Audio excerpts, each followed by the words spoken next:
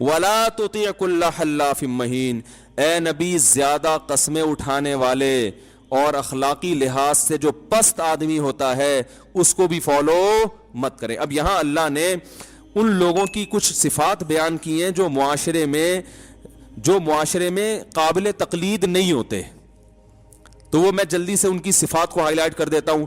وَلَا تُطِعْ كُلَّ حَلَّافٍ، جو بہت زیادہ جھوٹی قسمیں اٹھاتے ہیں ان کو فالو مت کریں۔ یہاں مراد زیادہ قسموں سے جھوٹی قسمیں مراد ہیں، کیونکہ سچی قسمیں اگر کوئی زیادہ بھی اٹھاتا ہو تو کوئی برا نہیں ہے۔ مہین، اخلاقی لحاظ سے پست ہو۔ وَلَا تُطِعْ كُلَّ حَلَّافٍ مَّهِينٍ ہَمَّازٍ، تانے دینے والا، لوگوں کے عیب نکال کے ان کو ذلیل کرنے والا۔ وَلَا تُطِعْ كُلَّ حَلَّافٍ ہَمَّازٍ مَّشَّاءٍ بِنَمِيمٍ، چغلیاں لے کے چلنے والا، ٹھیک ہے نا، ادھر کی ادھر کی ادھر لگانے والا۔ معاشرے میں کچھ ایسے لوگ ہوتے ہیں، ہماز مشاء بنمیم مناع للخیر، مال کو روکنے والا، جمع کرنے والا، اس میں سخاوت آپ کو نظر نہیں آئے گی۔ معتدن، حد سے تجاوز، ہر معاملے میں اپنی لمٹ کو کراس کرتا ہے وہ۔ اثیم، بڑا گناہگار ہے۔ معتدن اثیم، عتل، اخلاقی لحاظ سے زبان کا بھی سخت ہے۔ اس کی میں بھی تفسیر کروں گا، اس کا مطلب کیا ہے انشاءاللہ بتاؤں گا۔ عتل بعد ذالک زنیم، ایسے خاندانوں کی طرف اپنے آپ کو منسوب کرتا ہے جن خاندانوں کا وہ ہے نہیں، یعنی اپنے آپ کو اپنی نسبت ایسی صفات کی طرف کرے گا جو صفات اس کے اندر ہے نہیں۔ ایک تو صفات نہیں ہے، یہ برائی، دوسرا نہیں ہے تو اعتراف کرو بھائی نہیں ہے، دعوے ایسے کرے گا جیسے اس کے اندر وہ صفات موجود ہیں۔ ان کان ذا مال و بنین، فرمایا جس میں اتنی برائیاں ہوں آپ اس کو فالو کریں صرف اس بیس پر، ذا مال و بنین، کہ خاندانی لحاظ سے بھی طاقتور اور مالی لحاظ سے بھی طاقتور۔ اس کی تفسیر انشاءاللہ میں اگلے ہفتے بیان کروں گا اس آیت کا مفہوم کیا ہے، لیکن اس آیت کا جو خلاصہ ہے وہ یہ ہے کہ آج اس آیت سے پتہ چلتا ہے کہ آج ہم کسی کو فالو کرنے میں اس کی اچھی صفات کو نہیں دیکھتے، صرف اس کی دولت اور اس کی جاہ اور اثر کو دیکھتے ہیں۔ دنیا اسی پہ چل رہی ہے، سمجھ رہے ہیں؟ بچہ جب دیکھتا ہے کہ کسی کو ٹھاٹ بھاٹ میں، بچہ کہتا ہے کاش میں بھی ایسا ہوتا ہے نا۔ ماں باپ جب کسی کو دیکھتے ہیں بڑی ٹھاٹ بھاٹ ہے، بڑی عزت ہو رہی ہے، تو ماں باپ چاہتے ہیں کاش میرا بچہ بھی ایسا بن جائے۔ کسی کے پاس پیسہ نہیں ہے، اخلاق بہت اچھے ہیں، نہ کبھی جھوٹی قسم اٹھائی اس نے، نہ کبھی ایسی صفات کا دعویٰ کیا جو اس کے اندر موجود نہیں ہے، نہ لوگوں میں لگائی بجھائی کر کے ان کو لڑانے کی کوشش کرتا ہے، لیکن غریب ہے، تو ماں باپ چاہتے ہیں کاش میرا بچہ بھی اتنا نیک بن جائے۔ ہے ماں باپ کہتے ہیں نہیں بھائی غریب نہیں ہونا چاہیے، چور ہو، ڈاکو ہو، اسمگلر ہو، کچھ بھی ہو، لیکن اپنا کھاتا ہو۔ اس کو بھی لوگ اپنا کھانا سمجھتے ہیں کسی سے مانگ کے چھین کے کھا لیتا ہو، مانگ کے نہ کھاتا ہو۔ تو قرآن کی عادت پتہ ہے کیا ہے؟ قرآن کی عادت یہ ہے کہ جب اچھے لوگوں کی اچھائی بیان کرتا ہے نا، تو مثال میں ان لوگوں کو پیش کرتا ہے جو معاشرے کے اچھے ترین لوگ ہیں، اور جب برے لوگوں کو ہائی لائٹ کرتا ہے تو جو برے ترین لوگ ہیں نا، یہ قرآن کی ایک مزاج ہے۔ جیسے قرآن میں جنتیوں کی جو صفت ہے نا، اگر آپ وہ پڑھو گے تو آپ کو لگے گا ہم میں سے کوئی بھی جنت میں نہیں جائے گا، کیونکہ اللہ جب جنتیوں کی صفات بیان کرتا ہے تو پھر خاندانی قسم کے جنتی بیان کرتا ہے اللہ تعالیٰ۔ یہ ہر ایک کے کلام کو اس متکلم کے مزاج سے سمجھا جاتا ہے نا، بھائی اس کی عادت ہے یہ۔ دیکھیں دیکھو بعض علاقوں میں جاؤ نا، بات بات پہ گالی دیتے ہیں وہ، آپ کو لگے گا یار پتہ نہیں میں نے کیا بگاڑا ہے، وہ کہیں گے یہ تو ہمارے یہاں فیشن ہے، تو محبت میں گالی دیتے ہیں ہم لوگ، تو ان کا مزاج آپ کی سمجھ میں آ جاتا ہے کہ یار ان کے ہاں گالی بری چیز نہیں ہے۔ لکھنؤ والا آپ جناب سے بات جب تک نہ کرے، وہ اگر تھوڑا سا کھاؤ بھی بول دے گا نا تو وہ سمجھیں گے گالی دے دی ہے اس نے، کھائیے بولتے ہیں بھائی، کھاؤ ہوا تھوڑی ہوتا ہے کچھ۔ لکھنؤ کے لوگ ایسے ہی ہوتے ہیں نا، میں نے لطیفہ سنایا تھا کہ لکھنؤ والا آ گیا پنجاب میں، تو وہ ایک بیچارہ پنجاب والا ٹماٹر وہ کینو بیچ رہا ہے، تو لکھنؤ والا اس سے جا کے پوچھتا ہے آپ کے ہاں جو کینو اور مالٹے ہیں وزناً بکتے ہیں یا عدداً بکتے ہیں، یعنی وزن کر کے یا عدد گن کے؟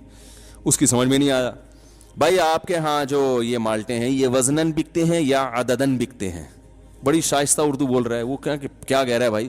کہہ رہے ہم آپ سے پوچھ رہے ہیں کہ وزناً بکتے ہیں یا عدداً؟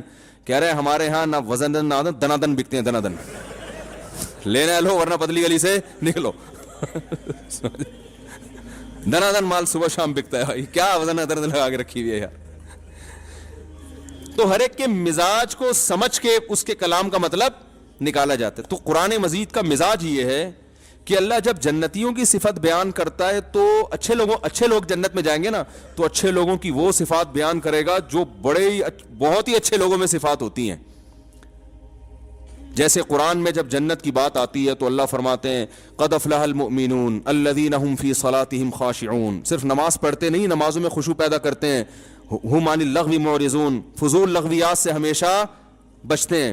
وَإِذَا مَرُّوا بِاللَّغْوِ مَرُّوا كِرَامًا, جب لغو و لعب دیکھتے ہیں نا لغویات, عزت کے ساتھ گزر جاتے ہیں, ایسے جیسے ان کی کان پہ کچھ محسوس ہی نہیں کیا انہوں نے, ایسے برائی کو دیکھ کے نا ایسے گزر جاتے ہیں, ذرا بھی دلچسپی نہیں لیتے, بری چیزوں سے ان کو کوئی دلچسپی ہے ہی نہیں. والذین هم للزکاة فاعلون, زکاتیں دیتے ہیں. یطعمون الطعام علی حبہ مسکینا ویتیما واسیرا, اللہ کی محبت میں یتیموں کو کھلاتے رہتے ہیں. یہ نہیں کہ ایک دفعہ کھلا دیا, ابا نے کہا تھا جی میرے مرنے کے بعد بیٹا ایک دفعہ تو کم از کم کھلا دینا, ٹھیک ہے نا. ان کی عادت, ان کو کھلانے میں مزہ آتا ہے. مسکین کو بھی, یتیم کو بھی, قیدیوں کو بھی کھلاتے رہتے ہیں. انما نطعمکم لوجہ اللہ, اور کھلانے میں اخلاص ان کا اتنا ہے, اخلاص ایسا ہے کہ جب کھلا رہے ہوتے ہیں ان کو ڈر ہوتا ہے کہ یہ غریب شکریہ ادا کر کے ثواب ضائع نہ کر دے, کیونکہ شکریہ بھی ایک قسم کا بدلہ ہے نا. تو کہتے ہیں کہ انما نطعمکم لوجہ اللہ, دیکھو ہم تمہارے فائدے کے لیے نہیں کھلا رہے, ہم تو اللہ کو خوش کرنے کے لیے کھلا رہے ہیں. لا نرید منکم جزاء ولا شکورا, ہمیں اس کا بدلہ نہیں چاہیے, شکریہ بھی نہیں چاہیے, تھینک یو نہیں بولنا, صحیح ہے نا. احسان نہیں کر رہے, اللہ کا دیا ہوا تم پہ کھلا رہے ہیں. پھر غریب پوچھتا ہے بھائی اتنا ہم پر احسان کیوں کر رہے ہو؟ بھائی وہ اس لیے کر رہے ہیں کہ آج تم ٹینشن میں ہو, ہم تمہاری ٹینشن دور کر رہے ہیں, کل میدان حشر میں ہم ٹینشن میں ہو سکتے ہیں, تو ہم اللہ کو تمہارا حوالہ دے سکتے ہیں. انا نخاف من ربنا یوما عبوسا قمطریرا, ایک دن ایسا آنے والا ہے جس پہ پیشانیوں پہ سلوٹیں پڑ جائیں گی, ایسا سورج سوا نیزے پر ہوگا, گرمی کا عالم ہوگا. تو ہم اللہ سے کہیں گے اللہ مخلوق کی بھوک ہم نے دنیا میں ختم کی, آج تو ہماری ٹینشن دور کر دے.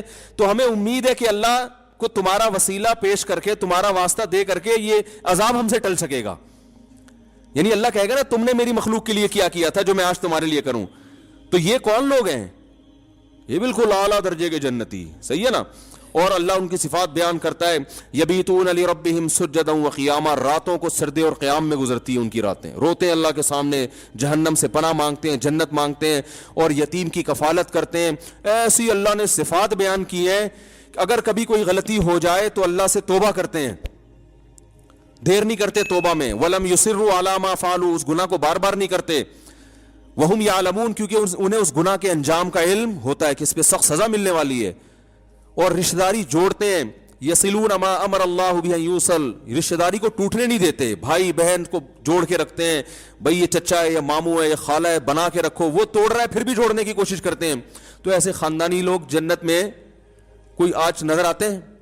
ایک چیز میں نمازوں میں بڑے رو رہا ہوگا, ہے خشوع خضوع ہے, تو آگے بہن کی وراثت کھا کے بیٹھا ہوا ہوگا. ایسا ہی ہوتا نا. حج پہ ہمارے حضرت کہتے تھے, میں حج پہ جاتا ہوں نا تو وہاں بیت اللہ میں بعض لوگ ایسے غلاف پکڑ پکڑ کے رو رہے ہوتے ہیں. تو حضرت فرماتے تھے کہ بعض ایسے ہیں وہاں ایسے دھاڑے مار مار کے رو رہے ہوتے ہیں, کم بختوں نے طبیعت سے حرام کھایا ہوا ہوتا ہے. ٹھیک ہے نا. چلو وہاں رونے کے بعد یہ دل میں پیدا ہو جائے کہ واپس جا کے واپس کر دوں گا نا, ایسا بھی نہیں ہوتا. چلو اب رونا آ گیا, جیسے 27ویں رات کو آپ دیکھیں نا مسجد میں, ہاں وہ رونے کا ایک پورا دھاڑ دھوڑ رونا دھونا لگا ہوا ہوتا ہے. اچھی بات ہے, اللہ کی محبت میں رو رہے ہیں, لیکن اس رونے کے نتیجے میں ہمارے حضرت فرمایا کرتے تھے کوئی ایک گناہ بھی اگر چھوڑ دے نا سینکڑوں میں سے, تو یہ رونا کام کا ہے. سارے پھر بھی نہیں چھوڑے, چلو ایک چھوڑ دیا. فرماتے تھے کہ بہت سے لوگ ایک بھی نہیں چھوڑتے. 27ویں رات کو ختم قرآن پہ اعتکاف والے رو رو کے پاگل ہو گئے. چلو 10 گرل فرینڈز میں سے ایک کا نمبر ڈیلیٹ کر دو یار, اب ہے موبائل میں سے, چلو اب ایک کا نمبر ڈیلیٹ کر دو, ڈیلیٹ ایک کا نمبر بھی بلاک کر دو یار, ایک کو کر دو جو ان میں سب سے کم درجے کی بدصورت تھی اس کو بلاک کر دو. نا نا نا نا نا نا نا نا یہ نہیں ہوگا. تو رو کیوں رہا ہے؟ یہ ڈرامے بازی ہے کہ نہیں ہے؟ رونا تو ندامت کا ہوتا ہے بھائی. چل ایک کو تو ڈیلیٹ بلاک کر دے. تو وہ ہم تو بعض دفعہ اعتکاف والوں کو دیکھتے تھے اپنے بچپن میں نا, وہ لڑکے نا عید کے دن نئی نئی فلمیں آتی ہیں نا تو وہ پروگرام بناتے تھے لڑکے, تو اعتکاف میں رو بھی رہے ہیں اور پھر عید کے دن فلم دیکھنے جا رہے ہیں. ہم حیران ہوتے ہیں یار تم نے 10 دن اعتکاف گزارے, تو پہلے سے اعتکاف میں ہی ان کا پروگرام ہوتا ہے. تو ہمارے حضرت ایسے رونے پہ ایک واقعہ سناتے تھے کہ ایک آدمی کا کتا مر رہا تھا اور یہ اس کو کتے سے محبت تھی, یہ رو رہا ہے ہائے میرا کتا, ہائے میرا کتا. لوگوں نے کہا بھائی کیا ہو گیا, کیوں رو رہا ہے؟ یار مجھے کتے سے بڑا عشق ہے. تو اچھا تو عشق ہے تو اس لیے رو رہا ہے؟ ہاں بھائی ابھی مر رہا ہے, مجھے جدائی کا غم ہے. کیوں مر رہا ہے؟ کہ بھوک سے مر رہا ہے. تو یار تیرے پاس یہ روٹیوں کا ٹوکرا ہے, کھلا دے. کہہ رہے یہ نہیں کھلاؤں گا. کہ پھر اتنا رو کیوں رہا ہے؟ کہہ رہے آنسو فری کے ہیں, اس پہ پیسہ لگا ہے بھائی. آنسو فری کے ہیں, اس پہ پیسہ لگا. تو ہماری حالت بھی یہی ہے, حج پہ جا رہے ہیں, غلاف پکڑ کے رو رہے ہیں, اور رمضان میں 27ویں رات میں رو کے پاگل ہو گئے. بہت سے صحیح بھی روتے ہیں, یہ نہیں کہ جو رو رہا ہو آپ اس کا مذاق اڑانا شروع کر دیں. تو لیکن ٹس سے مس ہونے کے لیے تیار نہیں ہے. تو اللہ تعالیٰ نے جو جنتیوں کی صفت بیان کی, وہ بڑے خاندانی قسم کے جنتی, ان کو دیکھ کے لگتا ہے ہم میں سے تو کوئی جائے گا. ہم تو ایک چیز صحیح ہوتی دوسری خراب ہوتی ہے. پھر ہمیں ان آیتوں کو دیکھ کے لگتا ہے اللہ نہ کرے ہم جہنم میں جائیں گے, لیکن جب اللہ علیہ جہنم کی برائی بیان کرتا ہے تو ہمیں لگتا ہے بھائی اتنے برے بھی ہم نہیں ہیں. جہنم کے جو صفات ہیں, اللہ نے فرمایا یقطعون ما امر اللہ بہ ان یوصل, یہ ان کی صفت ہے, رشتہ داری توڑتے ہیں, رشتہ داری جوڑنے کی فکر نہیں کرتے, توڑتے ہیں اپنی باتوں سے, چغلیوں سے, اور بخل سے, کنجوسی سے. اور کیا ہے, جھوٹی قسمیں اٹھاتے ہیں, نماز کی پابندی نہیں کرتے, اپنی نمازوں سے غافل ہیں, اور مناع للخیر, مال کو روکتے ہیں, کنجوس ہیں. تو ہم کہتے ہیں اللہ ایک برائی ہم میں ہوگی دوسری نہیں ہے. تو یہ قرآن کا مزاج ہے. وجہ اس کی یہ ہے, قرآن اصل میں یہ بتانا چاہتا ہے کہ اللہ کی نظر میں پسندیدہ صفات یہ ہیں, بری صفات یہ ہیں. اب تم اپنا موازنہ کر لو کہ زیادہ کس طرف کو ہو تم, ٹھیک ہے نا. اگر اس طرف تھوڑے ہو تو تھوڑے اور ہو جاؤ, صحیح ہے نا. اور اگر برائی کی طرف ہو تو تھوڑا سا ادھر کو کھسکو. تو یہ قرآن کی ایک بلاغت ہے, ایک سمجھانے کا طریقہ ہے. تو اس لیے قرآن نے ہمیں حکم دیا کہ ان لوگوں کو فالو نہیں کرنا. وہ کون لوگ ہیں؟ تو اب اللہ ان کی مثال دے گا نا جو بڑے درجے کے برے ہیں. تو مقصد یہ نہیں کہ جن میں یہ ساری برائیاں ان کو فالو نہیں کرنا, جن میں سے کوئی ایک بھی برائی ہوگی نا اس کو بھی فالو نہیں کرنا.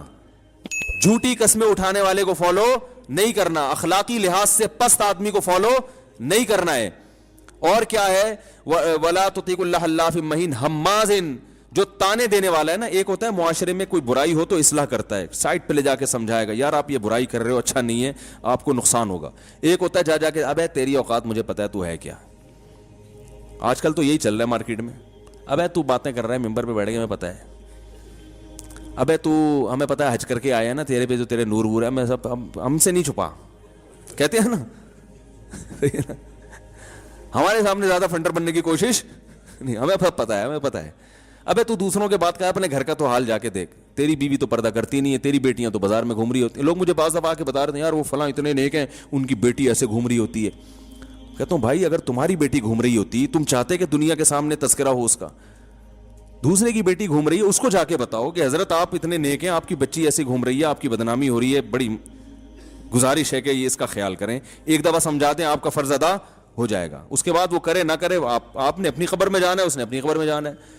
تو یہ ہے ہماز, تانے, اصلاح کے لیے نہیں برائی کر رہا بلکہ تانے, اس کو نیچا دکھانے کے لیے, میں ثابت ہو جاؤں میں بہت نیک ہوں.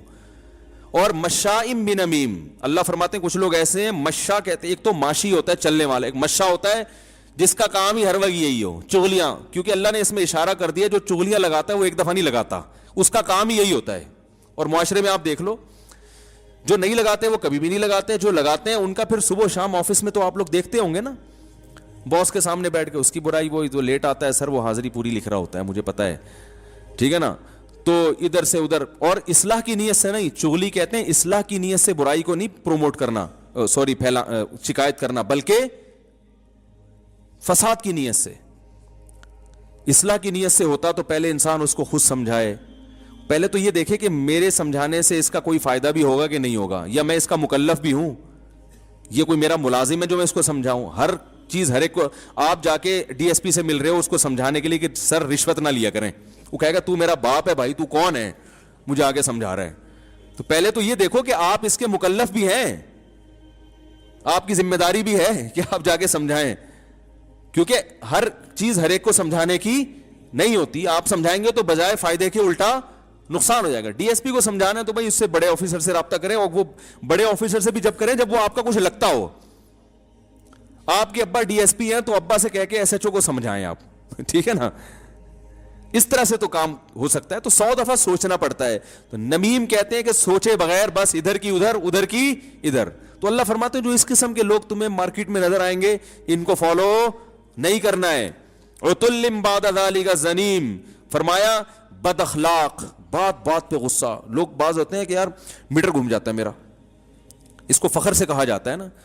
اخلاق والا آدمی, ٹھیک ہے غصہ کبھی کبھار انسان کو آتا ہے اور وہ آنا بھی چاہیے, کبھی آواز بھی اونچی ہو جاتی ہے, لیکن بعض لوگوں کو تمیز سے بات کرنا آتی ہے نہیں. ذرا سی انسلٹ ہو جائے کہ ذرا سی ایک دم پارا ہائی ہو, یہ ہیں غصے کے تیز. تو یہ معاشرے میں اچھا کردار ادا نہیں کرتے. تو اللہ نے فرمایا ایسے لوگوں کو آپ نے فالو نہیں کرنا ہے, ٹھیک ہے نا. میچور لوگ, سمجھدار لوگ, بات کو آرام سے سننے والے, جذباتی نہ ہو.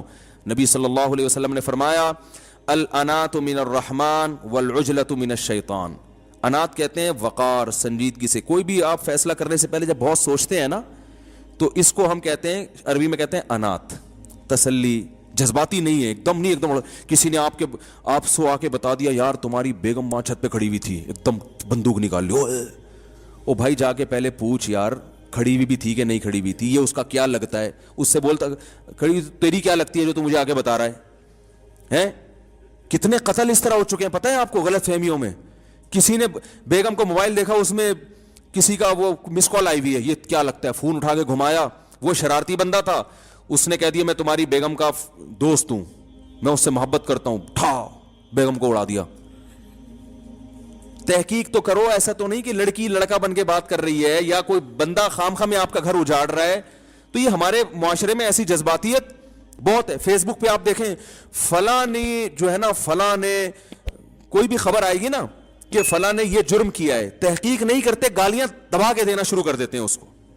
میں نے بتایا تھا نا, میجر جنرل آصف غفور صاحب نے بتایا کہ میرے بارے میں فیس بک میں خبر آئی کہ میری بچی جو ہے نا بکنی میں سوئمنگ کر رہی ہے, اور لوگوں نے پھر دبا کے گالیاں, یہ آرمی ہے, یہ دیکھو, کہا میری کوئی بیٹی ہے ہی نہیں. لیکن گالیاں دینے والے احتیاطاً گالیاں پہلے پارسل کر دیتے ہیں, تحقیق بعد میں کرتے رہیں گے. سمجھ رہے ہیں؟ فیس بک پہ بھی جذباتیت کا شکار ہیں, یوٹیوب پہ بھی جذباتی. بھائی دیکھ تو لو, تحقیق تو کر لو, ایسا ہوا بھی ہے کہ نہیں ہوا. اگر ہوا ہے تو پھر اصلاح کا طریقہ ڈھونڈو نا یار, اس کو برائی کو ہم ختم کیسے کریں. نبی صلی اللہ علیہ وسلم نے کیا فرمایا, حدیث کا مفہوم ہے دوسروں کے عیوب پہ اگر کوئی اچھالتا ہے نا اور اس پہ خوش ہوتا ہے تو اللہ نے, نبی نے فرمایا کہ ایسا مت کرو. اس بات کا پورا پورا خطرہ موجود ہے کہ اللہ اس کو اس عیب سے بچا لے اور تمہیں اسی برائی میں مبتلا کر دے. اس بات کا بہت بڑا خطرہ موجود ہے. دوسروں کی عزتیں اچھالو گے, اپنی عزت اچھلنا شروع ہو جائے گی. تو اس لیے اللہ نے فرمایا کہ قسمیں اٹھانے والا جھوٹی, اور اسی طرح عتل بد اخلاق, جس میں زبان کا خراب وہی ہوتا ہے نا جو جذباتی ہوتا ہے. اور بعد ذالک زنیم, ایسے خاندانوں کی طرف منسوب کر کے اپنی عزت کروا رہا ہے جس کا وہ ہے نہیں. ان کان ذا مال و بنین, بعض اس بیس پر کہ اس کی وجاہت بہت ہے اور اس کے پاس دولت زیادہ ہے. تو آج صرف دولت کو دیکھا جا رہا ہے, اخلاق و اخلاق بالکل ختم. تو اللہ کہتے ہیں اخلاق کو دیکھو, اس کے جو ہے نا اوصاف کو دیکھ کے اس کو فالو کرو. اللہ تعالیٰ عمل کی توفیق عطا فرمائے. پھر بعد میں انشاءاللہ اگلے ہفتے اس پر مزید تفصیل کروں گا, جلدی جلدی ہو جائے. اگر تسلی سے استنجا کر کے وضو کریں اور پھر محسوس ہو کہ پیشاب کا قطرہ نکل گیا ہے تو پھر استنجا کرنا ضروری ہے یا صرف وضو کر لے؟ اور اگر اس وقت نہ ہو اور نماز کے دوران محسوس ہو تو کیا کرنا چاہیے؟ دیکھو یہ مسئلہ بہت اہم ہے, لوگ بہت پوچھتے ہیں, پہلے بھی ریکارڈ کرا چکا ہوں. جب پیشاب کرتے ہیں تو ایک دفعہ تسلی کر لیں کہ قطرہ آنا بند ہو گیا کہ نہیں ہو گیا, فوراً اٹھ کے نہ آئے. کیونکہ جب پیشاب کرتا ہے نا انسان, تھوڑا سا کچھ نہ کچھ قطرات تری کچھ نہ کچھ آتی رہتی ہے. تو آپ تسلی سے بیٹھے رہیں, صحیح ہے نا. اب یہ نہیں کہ بیٹھے ہی, وہمی آدمی تو قیامت تک بیٹھا رہے گا, تو یہ وہمی ہوگی نہیں, نارمل آدمی کی بات کر رہا ہوں میں. تو تھوڑی دیر ہر انسان کو کچھ نہ کچھ تراوٹ آتی رہتی. تو جب تسلی ہو گئی کہ بھئی اب قطرہ آنا بند ہو گیا ہے, پانی ڈالیں اور پتلی گلی سے نکل لیں. نکلنے کے بعد اب محسوس پہ توجہ, کیونکہ آپ جتنا محسوس کریں گے اتنا زیادہ محسوس ہوگا. قیامت تک ہوتا رہے گا. مر جائیں گے, جب آپ کو غسل دیا جا رہا ہوگا آپ اٹھ کے سامنے والے کو تھپڑ ماریں گے, بولیں گے مجھے ابھی بھی محسوس ہو رہا ہے, تو نے مجھے ابھی غسل کیوں دیا, پہلے استنجا تو کرا دیتا صحیح طریقے سے. حقیقت بتا رہا ہوں میں. آپ یہ وہمیوں کے فون سن سن کے پاگل ہو جاتا ہے انسان. تو ایک دفعہ تسلی ہو گئی, اب آپ آرام سے باہر آئیں, وضو کریں, نماز پڑھیں, اس کی طرف توجہ دے ہی نہیں کہ قطرہ نکل رہا ہے کہ نہیں نکل رہا. ہاں صرف محسوس نہیں, یقین ہو گیا کہ قطرہ نکل گیا ہے. اتنا یقین ہو گیا کہ آپ قسم اٹھا کے کہہ سکیں اللہ کی قسم پیشاب کا قطرہ اب نکل چکا ہے, تو آپ کا وضو ٹوٹے گا. بات آ رہی ہے سمجھ میں؟ لیکن وہمی کی سمجھ میں ابھی بھی نہیں آ رہی, کیونکہ وہمی کہے گا کہ وہمی لوگ پتہ کیا کہتے ہیں, پتہ نہیں یار میں قسم اٹھا سکتا ہوں کہ نہیں اٹھا سکتا, مجھے جو یقین قطرہ تو نکلا ہے, یہ تو محسوس ہوا ہے. اب اتنا کہ مفتی صاحب نے کہا تھا قسم اٹھا سکتا ہوں, پتہ نہیں قسم اٹھا سکتا ہوں کہ نہیں اٹھا سکتا, یہ وہم ہو رہا ہے مجھے. تو جب وہم ہو رہا ہے اس کی علامت ہے آپ نہیں اٹھا سکتے قسم, آپ کو یقین نہیں ہے. دیکھو ابھی رات ہو رہی ہے, قسم اٹھا سکتے ہیں نا, کوئی بھی وہمی ہوگا قسم اٹھا کے بولے گا بھائی رات ہو رہی ہے.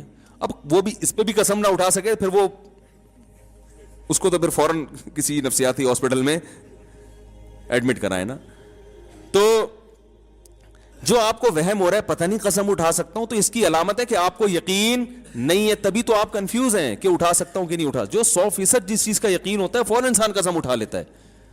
تو اگر کنفیوز ہے کہ پتہ نہیں اٹھا سکتا ہوں کہ نہیں اٹھا سکتا, تو اس کا مطلب ہے آپ قسم نہیں اٹھا سکتے, حدیث کے مطابق آپ کا وضو باقی ہے.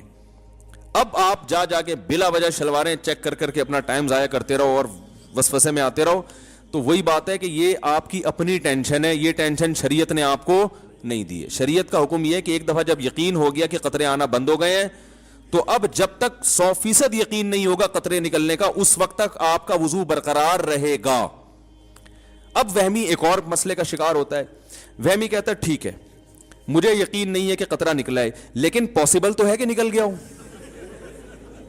سمجھ رہے ہیں, یہ وہمیوں کو ہوتا ہے. اگر بالفرض نکل گیا ہوا تو وضو تو ٹوٹ گیا, پھر نماز تو نہیں ہوئی. اس کا جواب یہ ہے کہ بھائی جب شریعت نے کہہ دیا کہ جب تک 100% یقین نہیں ہے تو وضو باقی ہے, تو اس کا مطلب ہے کہ بالفرض اگر نکل بھی گیا ہو تو بھی وضو باقی ہے. سمجھ میں آ رہی ہے بات؟ کیونکہ جب ایک دفعہ پیشاب کر لیا اور آپ کو اب یقین ہو گیا کہ اب قطرات نہیں آ رہے, آپ استنجا کر کے باہر آ گئے, اب شریعت یہ کہتی ہے کہ اب وضو قطرہ نکلنے سے یا نہ نکلنے سے نہیں ٹوٹے گا. اب جب تک نکلنے کا یقین نہیں ہوگا نہیں ٹوٹے گا, جب نکلنے کا یقین ہوگا تو ٹوٹے گا. اب قطرہ نکلنے سے وضو ٹوٹتا ہی نہیں ہے, اب قطرہ نکلنے کا یقین ہونے سے ٹوٹے گا وضو. بات آ رہی ہے سمجھ میں؟ لیکن وہمیوں کی سمجھ میں پھر بھی نہیں آئے گا. وہ پتہ ہے ایک اور حملہ کرے گا شیطان. شیطان یہ کہے گا کہ دیکھو بھائی اصل میں جو حکم تھا نا وہ تو قطرہ نکلنے سے, پہلی دفعہ تو جب پیشاب کیا تو قطرہ نکلا تو وضو ٹوٹا نا. کیا خیال ہے؟ یہ تو شریعت نے ہم کو آسانی میں ڈالنے کے لیے, ایک وہمیوں کو وہم سے اور ٹینشن سے بچانے کے لیے شریعت نے کہہ دیا کہ یقین ہو قطرہ نکلنے کا تو وضو ٹوٹے گا, یقین نہیں ہے تو نہیں ٹوٹے گا. لیکن اوریجنل مسئلہ تو یہی ہے کہ پیشاب نکلنے سے وضو ٹوٹتا ہے, چاہے ایک قطرہ ہو چاہے 10 قطرے ہوں. تبھی تو جب پہلی دفعہ پیشاب کیا تھا میں نے بیٹھ کے تو وضو پورا ٹوٹا تھا میرا. تو اس کا مطلب ہے کہ اصل تو وہی ہے.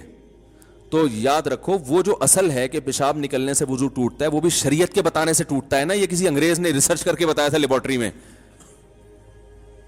تو جو شریعت نے آپ کو یہ بتایا کہ پیشاب نکلنے سے وضو ٹوٹتا ہے, اسی شریعت نے یہ بتایا کہ یہ اس وقت ٹوٹتا ہے جب آپ کو نکلنے کا 100% یقین ہو. اگر یقین نہیں ہے تو 100 دفعہ نکلتا رہے نہیں ٹوٹتا.